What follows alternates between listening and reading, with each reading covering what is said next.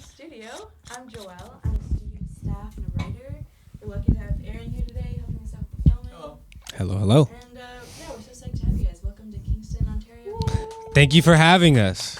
We're stoked to be here. I don't think this is a great excuse to be here. This is a great excuse. I don't know what would have brought me out here, but this is it. Literally the only reason I'd probably be here. And it's been amazing so far. Okay. Everybody's so nice. Love you. You guys want the mic? Just say the word. Yeah, bro, what is this? Great town. Middle Accessibility over here. Don't give back the mic. back in the middle. Back in the middle. Here we go. Alright, why don't we start off with the first question? Let's just jump right into it. Okay. Let's get it. I want to hear everybody's introduction to music when you were younger, when you were starting all the way from the start. Did you do like music lessons? Did you have favorite artists you got inspired by? What? Yeah, definitely. I grew up, my mom was a piano teacher when I was like really young. Oh, you didn't know that? Yeah, my mom used to teach piano, but she never really taught me, but we had a piano in our house. No, but bro, because when it's your mom, you're like, I want to like do my own thing, mom. Yeah. Like, I wasn't trying to take piano lessons from my mom, but we always had a piano and I would just like fiddle around on it. I just thought it was like super cool. And putting a couple notes together in the right way was like super exciting. And then just from that, like Mac actually kind of inspired me because he was playing drums at the time when we were in like elementary school, and I'd go over to his house and he had a drum kit, and his older brother had a band, and I was like, dude, that's sick. I want to play the drums. So I straight up like copycatted Mac. I was like, dude, I want to play the drums too. And so started doing that. And other than that, I think it was, I remember like listening to like hip hop music in the car, or just like my parents had this like Astro van you could plug your headphones in on the side of the like armchair. And when I was a kid, I would like listen to it, and my parents didn't know what I was listening to, but I would be like hearing like Ludacris records and like Eminem records and stuff. And I was always just like, yo, how are these beats made? Because like when you're a kid, you think music is just like guitar, drums. Yeah. But when I first heard like beats on the radio, I was like, how do they make this? Yeah. Like that's so cool. Yeah. I was like so curious as to how a beat gets made. And so that was really the beginning for me of like listening to just like music and wondering how it was created. And it was just super fun. It was like a place to get lost. So that's cool. That's a very wholesome story. Yeah, try to follow that up. So the question was how we get into music. How did you start making music?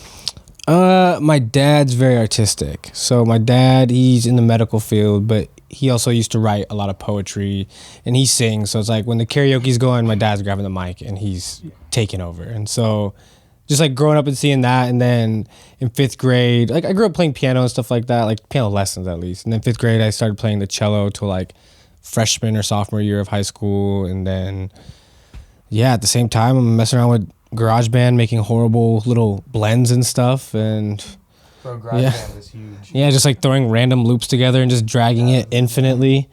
And then, and then just do that. Yeah. Yeah, kind of similar story.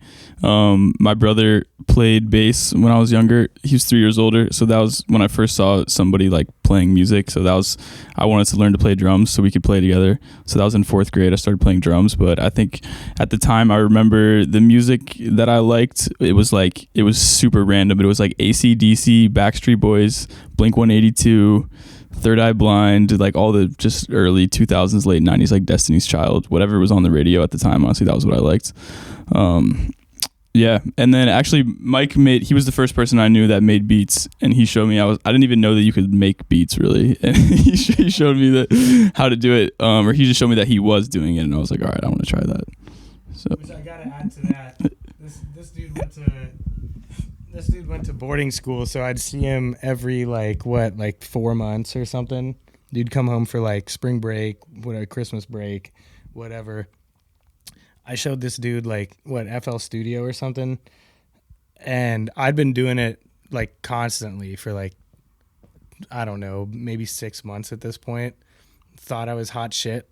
This dude picked it up, and like I swear to God, 2 weeks later, he was just blowing me out of the water.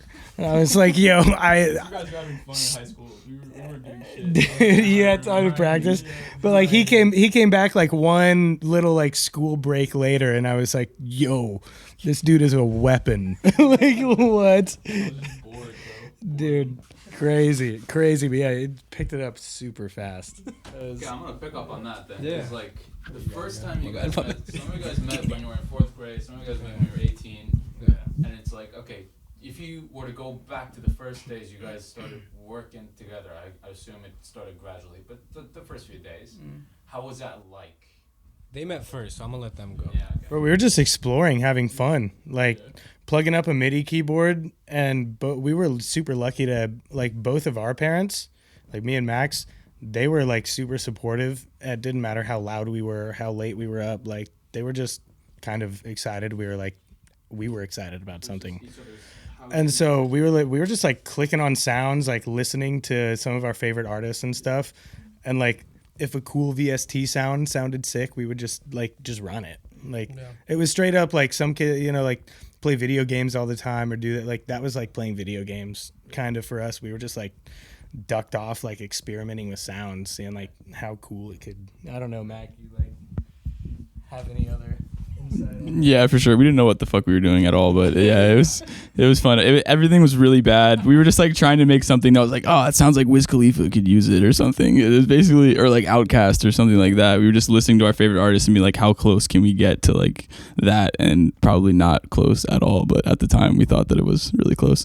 But then I met him through my cousin when I was 18. So I've known Mike since 4th grade, and then met Sebastian when I was 18. And we didn't know that we made music for a while. Like I didn't know he made music, and then he hit me up and was like, yo, you make beats? And I was like, yeah, I make beats. And then we made one beat, and the very first time we ever met up and made a beat, it ended up getting used by Jelly Roll, Jackie Chain, and Rich Boy. So some super deep cuts. You can look those guys up if you're whoever's listening.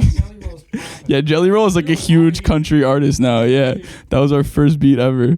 So yeah, we got a Jelly Roll placement.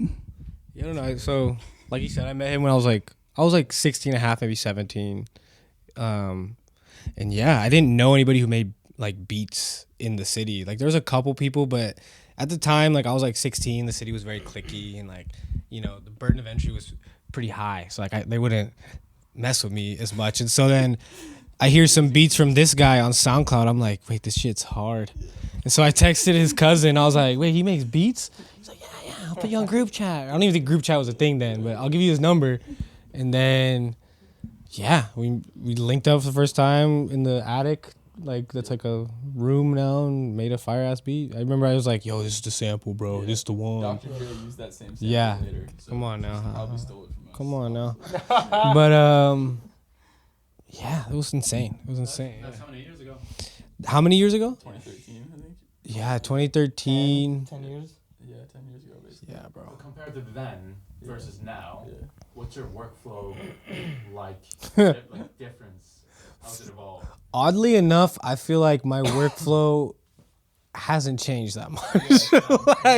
like as far as like when I'm making like beats and stuff, not when I'm in the studio with like artists or other people. Like if I'm by myself, I'm at the house, might smoke something, might might crack the window open.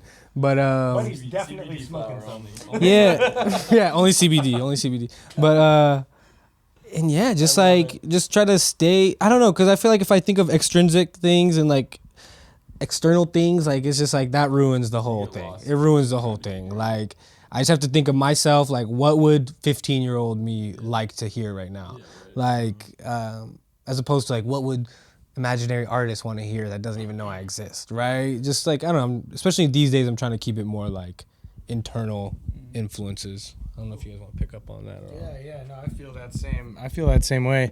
It's what you make isn't always like your process, like the product isn't the process. The process is just making music that like resonates with you, so like whatever that means to you. You could be super into making one type of music or one type of sound at some time, and then later you might be like really attracted to a different type of sound and other vibes.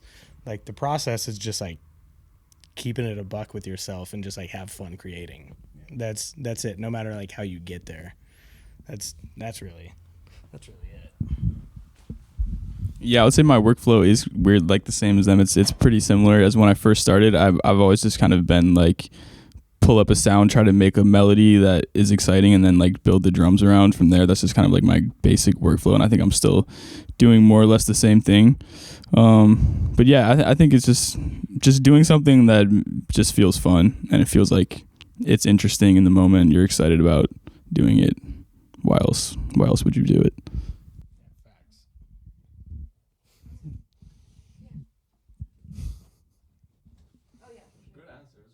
Thank you, bro. I appreciate it. Yeah, thanks, guys. So our club, as you know, is full of aspiring producers, and everyone would love to know what software and equipment you guys started out with, and then how that's changed over time.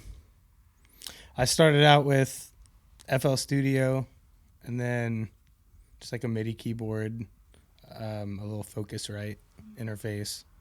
I pretty much just had my dad like take me to Guitar Center, and I was like pretty much asked the guitar, or no, I was like low-key watching like Lex Luger videos on YouTube, and I was just like, what does he use? He just had like a little nothing. Yeah. So it started there, and then I eventually got into like Ableton. But yeah, just super basic setup. I was using like, you know, those like speaker systems you can buy at Best Buy for like the old like Dell system? computers. Yeah, It was like subwoofer. 5.1 Dolby that costs like $40 with like the shittiest subwoofer of all time that just sounded like cheeks. And so like just like nothing. It was just like kind of a means to start creating music. And still to this day, like you don't really need that much. Of course you can get more complicated. You can get as complicated as you want, but yeah, it's not hard to have like fun making music and just like create some sounds and stuff, especially with computers. Like they make it so easy. Let's see, I started.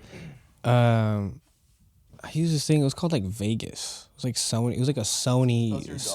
Very first one. It was called like Sony Vegas. It was like Sony made it, bro. It was so random. How'd you even find that? I don't know, but Sounds like some line. and then I used to pay this dude $20 to teach me how to make beats. I'll tell you the whole thing. So I would go to this horse farm. Yeah, my mom would drive me to this horse farm because like Indiana's really country, and so I would go to this horse farm. I paid this dude $20. He was my brother's friend. My brother's like 4.5 years older than me, and he would teach me how to make beats. And then he taught me. Who knows, bro? And then him turn 20 is long gone. And then he taught me this thing called Acid Pro, which is like more mainstream. And then like I remember I changed schools and they had MacBooks and they had GarageBand. And I was like, oh, GarageBand, this is it. And like you could like download little acapellas and instrumentals and you make little mixes. And then from there, the natural progression was Logic. And then I just been on Logic for like 10 years now. It's like everything. Give me that really quick. Bro, the GarageBand thing, every time you say it, it takes me back. We used to go to our friend's house, Sam. That was like the first Mac computer I ever like used because he was always playing Warcraft on it. That shit was new.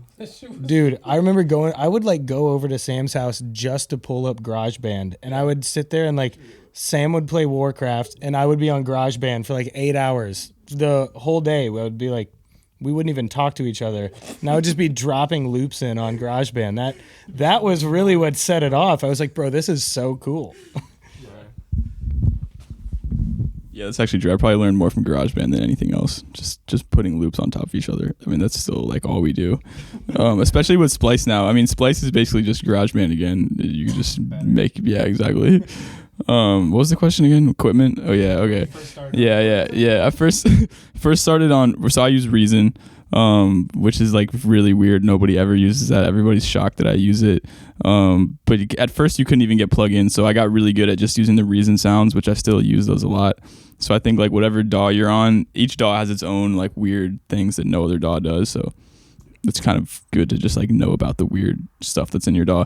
But as far as equipment, like I do have a lot of equipment now, but I really use it more just to just have fun. Like I don't really think of it as like something that I need at all. I think a lot of my favorite stuff and my best stuff was something I made just completely with my laptop.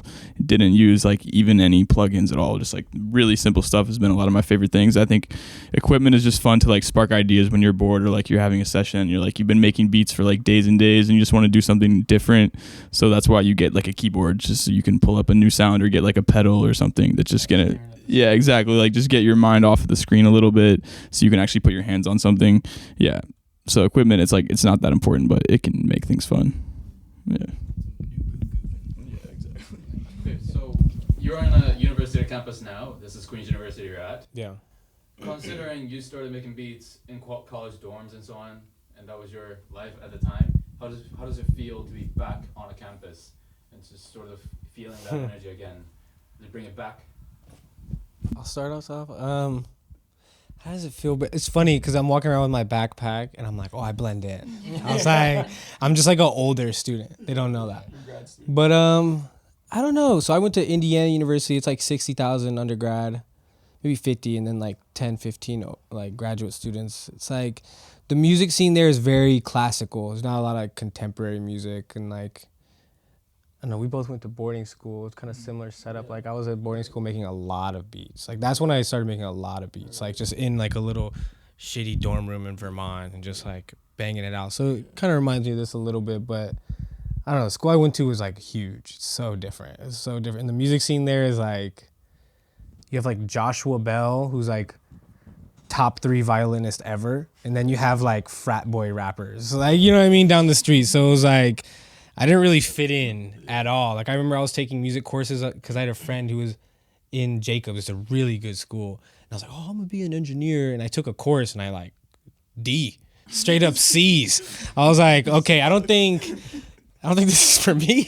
Like, I don't think I got it. Like, but I just kept making beats on my computer and I was like, we're gonna figure it out. And I remember like, we're definitely hustling a little bit. Like we're trying to like see what's more is out there. Yeah. But I don't know, being back on a campus, it's good. I didn't spend too much time on a campus, but it's nice. Y'all got a lot of energy out here. It's like, I don't know, it's just different. Like, I don't know, Indiana's different. It's not like hip hop either. It's just, I don't know. It feels nice being back though, but I feel like these guys have a better college experience like than I did. I dropped out. I went to Belmont in Nashville, which is a music school, music business school.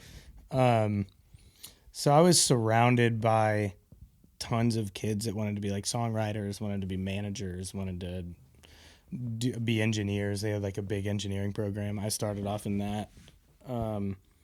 But like at that time, making beats wasn't like cool. Like now there's like making beats is like a real thing. Like producers now have like millions of followers on Instagram. When we were in college, like making beats was like, okay, cool, nerd. Like like nobody really cares. You're like a DJ? Yeah, so I was like surrounded by like you're a DJ, which I did do in college, but being surrounded by, I think what most important was being in college, like you're surrounded by a lot of like ambition. Like there's a lot of kids, especially there, that like, and like at Belmont they wanted to be like a songwriter or an artist or something. So I definitely saw like a lot of kids hustling. So it creates kind of like a competitive environment. So you totally see, you know, like your buddy that's like making awesome stuff. He's always in his dorm room working. He's not going to like the parties all the time. Like he's working. Like, so it was nice to be surrounded by kids that were that like had that hustle. And it kind of just motivates you more.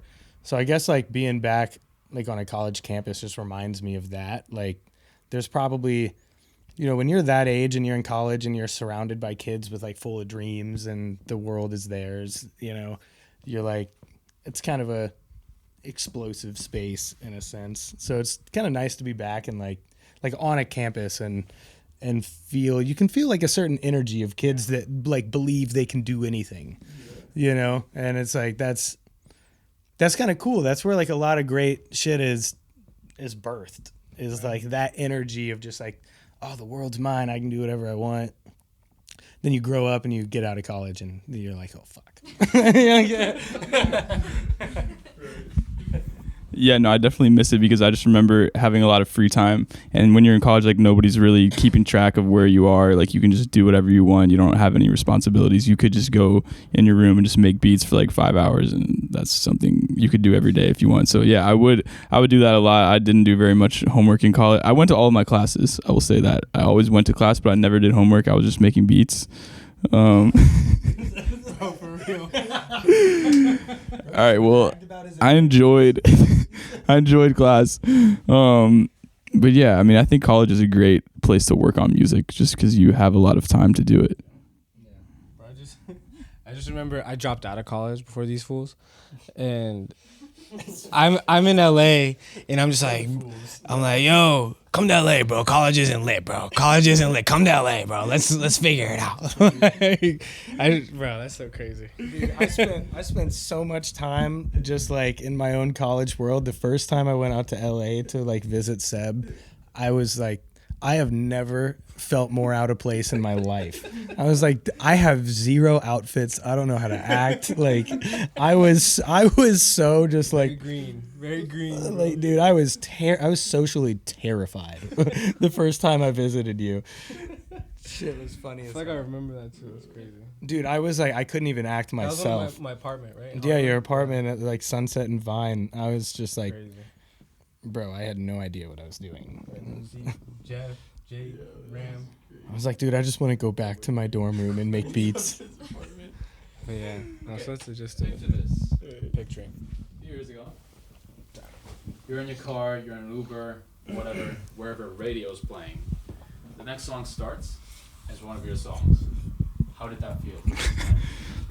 First time, actually the first time that it ever happened, I was in the car with my parents. That was the first time I heard it on the radio in a car that I was in.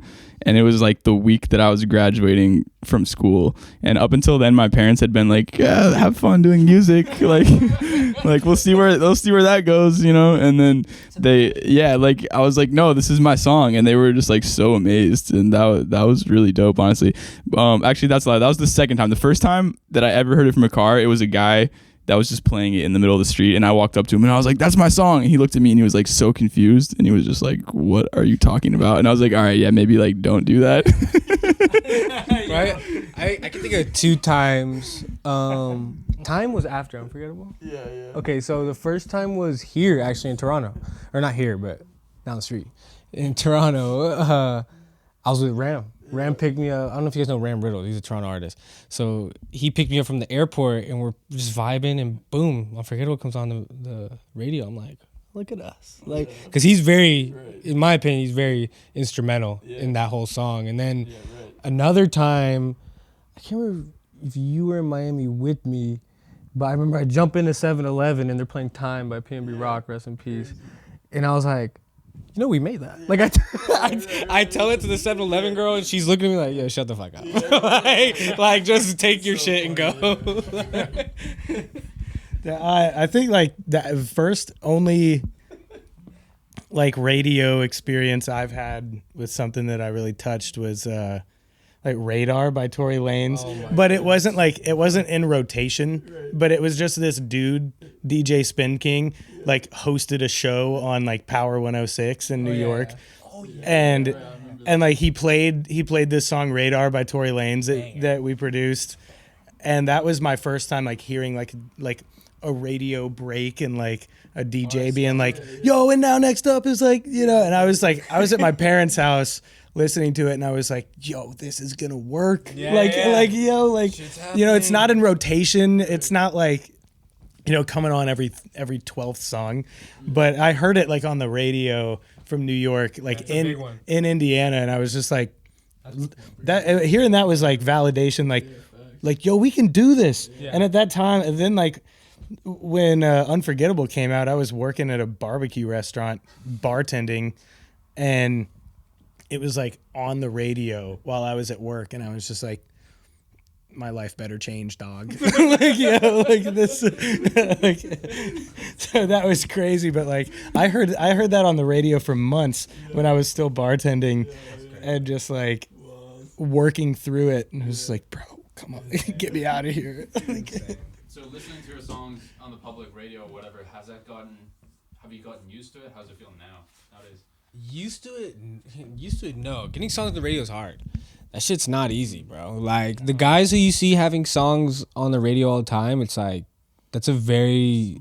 It's a small list, and it's a specific skill set. Like, there's certain... lunch table. Right? Yeah. So it's like, definitely not used to it. Hearing music out, like, I'll hear a couple songs out and about every once in a while, but no, definitely still got more room to grow, bro, for that kind of stuff. Hearing stuff on the radio... No, I don't think there's very few people in this world that are used to hearing songs on the radio. Like that's not that's not a normal thing. And they might be capping too. Like if they say, "Yeah, I'm used to hearing it everywhere," it's cap. Like it's only so many people. Like like Harry Styles, like the Charlie Puths of the world. Like it's maybe Benny Blanco. That's like the elite tier. Like those guys are like nice at that shit. So I don't know, like Drake and stuff too. Like, but if you're a real creator, like. That would never feel normal. That's like the pinnacle achievement. Yeah, it takes time. It takes time. So it's not normal. Awesome. While we're talking about like music scenes and different places, so you guys are in Canada now. Yes. Are you excited to work with artists here, or how do you feel about the scene here? Yeah, what are your thoughts on that? Bro, I love the scene here. At least. So Toronto's one of the first cities that like fucked with us, like as like his beats, my beats, his beats. Like, so I used to fly out here. I would come out here in like 2017 and just crash on someone's couch and just run to studio, right, and just figure it out. That was kind of like the OVO radio era. That was kind of like like Moji, J Wiz, Jimmy Prime, like Puffy L's, like all those guys. Like that was an era. Like they were running shit in the city, bro. Like. I remember running Smoke Dog, rest in peace. Like I remember me and Moji were walking down and we're like walking into Soto and he's like, "You know who I am?" And they're like, "Yes." And I was like, "Oh, okay, like you guys fuck with the underground here." Like, bro, the hostess folded. She folded. Like, excuse me. But so the scene here has always had a sound, and like you guys, especially in rap, you guys have like a darker sound that like seems like it's kind of like the mainstream sound now in R&B, where it's like the pad synths, the weird chords, the hard ass snare, like it's a sound now that people outside, like Six Lack or Black, he does that now, and he's not even from here, right? So I don't know. There's a vibe here.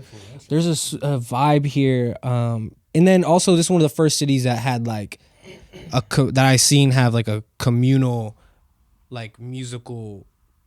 Like energy, right? Like, hey, just pull up to this studio. Hey, pull up to the studio. And like, we were in Atlanta that has that too, but we weren't as tapped in then. Yeah. So I don't know. Canada's always had a vibe, and like, obviously you guys have like Drake and The Weeknd, but like, so much has come from under those guys, right? Like, pause, but so much has like been birthed from that guy's wave.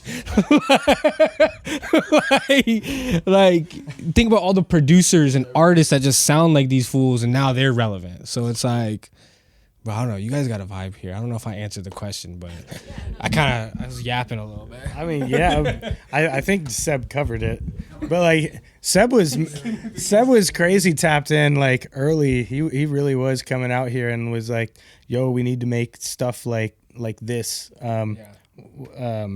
Just like different Toronto artists. He mentioned Seb was like on the forefront of like connecting us with people, and like some of the first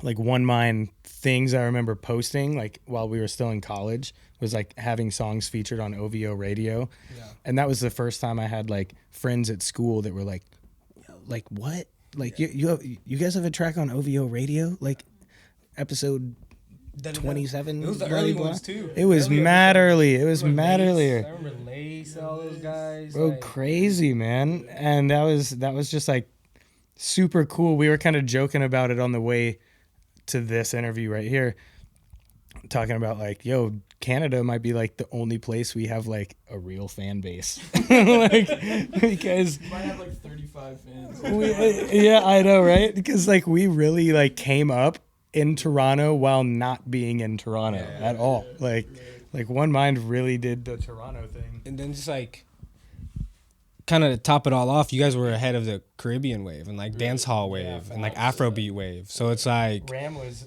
kicking that. Bro, shit that off. guy was on it early, and like I don't think any of this Afrobeat shit. yeah. I mean, it probably would have, but I'm saying like Eventually, realistically, We the- were ahead of it because they were ahead of it. bro. That's what I'm saying. So like, I don't know. Yeah. You guys have a very big like world influence in the music that happens here, right? Like even before like Cardinal O. Like that guy was doing like very much like dance hall Jamaican inspired shit, and he was doing songs with Lady Gaga. Yeah. So it's like I don't know. Toronto's always had like a world music energy. I don't know. It works here. Y'all gotta wait. I don't know here, but there. Yeah.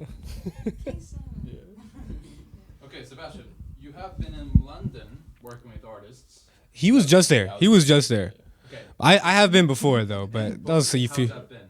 he was just there. Yeah, I was just there, and I really love London because it's super international. So the whole world is there. Like every genre, like there's a lot of Afrobeats, dancehall going on there. That's the main type of music that you hear when you're walking around. And I also just think that it's really fun to do music over there because in LA there's this culture of just like chasing hits and people just trying to like stay as hot as possible and just work with whoever is hot. Whereas I think in London people have like the projects that they're tapped into and they're just doing that and they're not as concerned with like chasing after hits. So it's just kind of a different vibe. And I also just think people over there are you know, it's not Hollywood. We were having a conversation about this. Like, London isn't Hollywood. When you're in Hollywood, you kind of sense that Hollywood vibe from a lot of people, whereas in London, you don't really get that. People are just more like real, just easy to talk to and hang out with and communicate with. So that was cool. Yeah, I love London. I hope to go back soon. Yeah.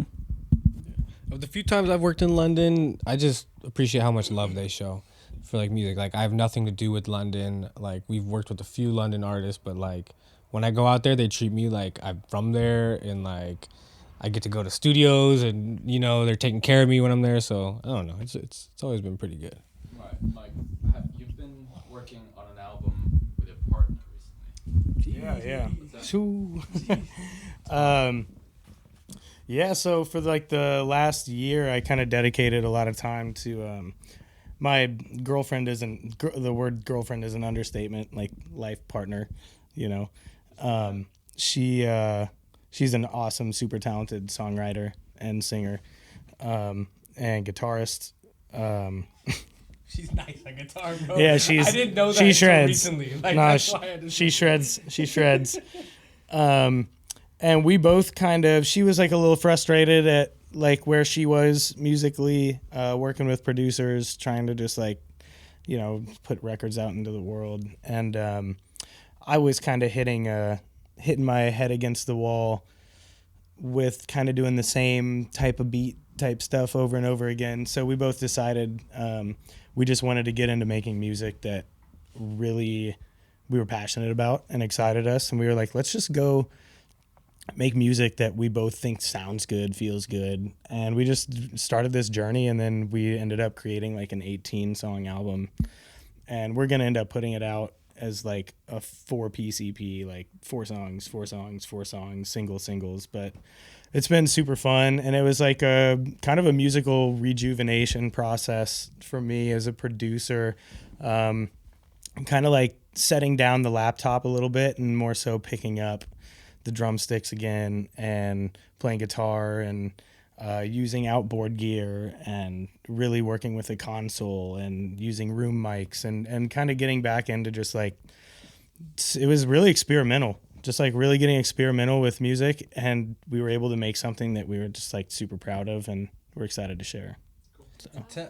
What's the part where it's like, you guys have been dating for like 5-6 years? Yeah, almost 8, but we were Well, no, we were 8, long distance for like. But it took 3 like years. 6 years for you guys to finally be like, let's make music together. Yeah, we never, because there was a time when I was just like, bro, I'm making beats for Young Dolph. Yeah, like yeah, that's yeah. and so like Very different. Definitely did not fit. Like this is like indie rock, But I really- like folky type stuff.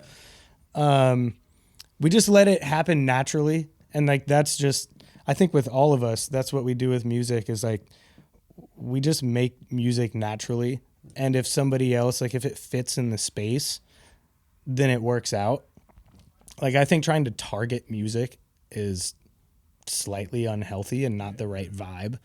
So like if you're just genuinely making music and you think it's dope and it's really cool and it's really pleasing to you, then it's going to fit somewhere else. But like fit it somewhere else after you're done making it. Like make music for the sake of making music, to like really entertain yourself for the love of it, not so don't make music for a placement, you know.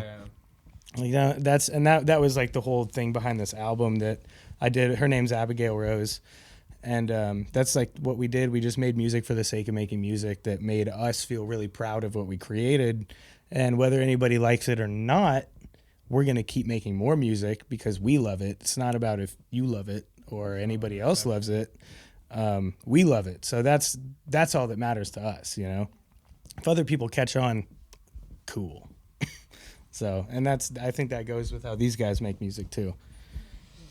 Yeah. Cool. Maybe Seb, can you tell us like what's up next? What's up next? We just dropped a single, Get You Some. Go check it out. Definitely trying to tap into the dance space a little bit. Pop that one on at Trinity. Yeah. Definitely we've been diving really deep into like the Afrobeat space. Artists like Victoni, Rema, Pretty Boy Dio, dancehall space projects. You did some stuff with Omalay recently. Yeah, and just kind of like, you know, making sure that, you know, not only are we helping other people's voices get heard, but, you know, let the one mind voice get out there too, right? Drop our own stuff and see where it takes us. Yeah. Yeah, maybe we have time for one more question. Cool. Yeah. So maybe if you guys have any advice for other aspiring beat makers, producers who are just starting out and looking to make their mark. Any advice? If you guys have anything, let me know. I'm thinking. Make a lot of music and don't worry about it. Just have fun as much as you can and just make a bunch of stuff. Don't worry about how good it is or who's using it or not using it. It doesn't matter. Yeah, I can remember like in college I would definitely be making beats for like 6 hours a day, like minimum. Like it was just any free time I had, I would just be doing that. So yeah, you definitely like you have to work really hard, but you got to have fun too because you'll get burnt out very fast. And just be prepared for things to take a long time. Like if you're going into it thinking that you're going to be successful in making money after a couple of years, then you're probably doing the wrong thing. You know, you have to be prepared for like years and years. I know people that didn't get their break until they were like 35, and now they're some of the biggest producers in the industry making millions. So everybody has a different path. Like, yeah, not everybody can be Metro and be famous when they're 17. Like that's not how everybody is going to make their career. So yeah, just got to make a bunch of stuff and not worry about it. I'm trying to think. For me, it's like, yeah, I think you nailed it on the head. It's like right now there's like kids who are like 16, 15. They're like getting placements. I know a kid who was 16. He did a Diamond song. It's like that was not even a possibility like a couple years ago. So I don't know. I think just stay true to yourself, and then also like, you know, make sure don't be intimidated by working with people who are better than you. Like that's how I got so good, is hanging out with guys like Yagan, like hanging out with so many people who are just better than me, and then I can just hear every little thing. Oh, I should do this. Oh, I should do this, and then yeah, just realizing it's not about me, you know. Yeah, Mac did said it pretty well. I'd say also don't be shy. Like there's no time to be quiet. You know, like if you really want to try to get your beats out there and try to like work with other people, like speak up. You got to like you have to be confident in yourself. And like as a creator, you're always going to look at your beats from 6 months ago and say, oh man, that like sounds whack now because like I've gotten better or whatever, or the sound has switched. But like kind of like authenticity goes a really long way. Whether, you know, you bring the right thing to the table or not, just you being like confident in the room, around the artist, around other producers that you want to collab with, just like be yourself and be super confident, because that gets noticed. And when you look like you're trying to like be somebody you're not, or you know, it just doesn't like come off that well. So like if you're excited about your music, be excited about your music, like be loud about it, whatever, because like people genuinely pick that vibe up. Yeah. And it makes your music better to them because you're excited about it. Don't be like timid about what you've created, because then you can like kind of slap a whack label on it yourself. You gotta be your biggest fan. Bro. Yeah, you got to. You have to. If you're not, nobody else is going to be a bigger fan than yourself. Literally nobody. So you have to be your biggest fan, and that's how you have to move too. Like, I'm not saying be cocky or be too loud or ignorant. Just like be confident and be proud of the art you create. Yeah. Yeah, that's awesome. Thank you guys so much. Thank you so much. That's all the Appreciate time you we guys for helping us out go. and interviewing us. Off to the pub. We're super glad that you guys are here. Yes. Thank Great you. to be here. Super Having a excited great for time the so far. master class. Yeah, so that's in a little bit, right? Yeah. That's yeah. at 6. Do we have a little breather room? Yeah. before that? Yeah, we have like an hour. Oh, beautiful. Yeah. We can't Thank wait you. for what's up next for you guys. And you got a bunch of One Mind fans here. Sick. Thank you. Let's go. Today's the go. day. Let's go. Amazing. We're giving out free One Mind tattoos at the master class. Okay. Yeah. Thank you guys. Thank you so much. Here you go. Where's the nearest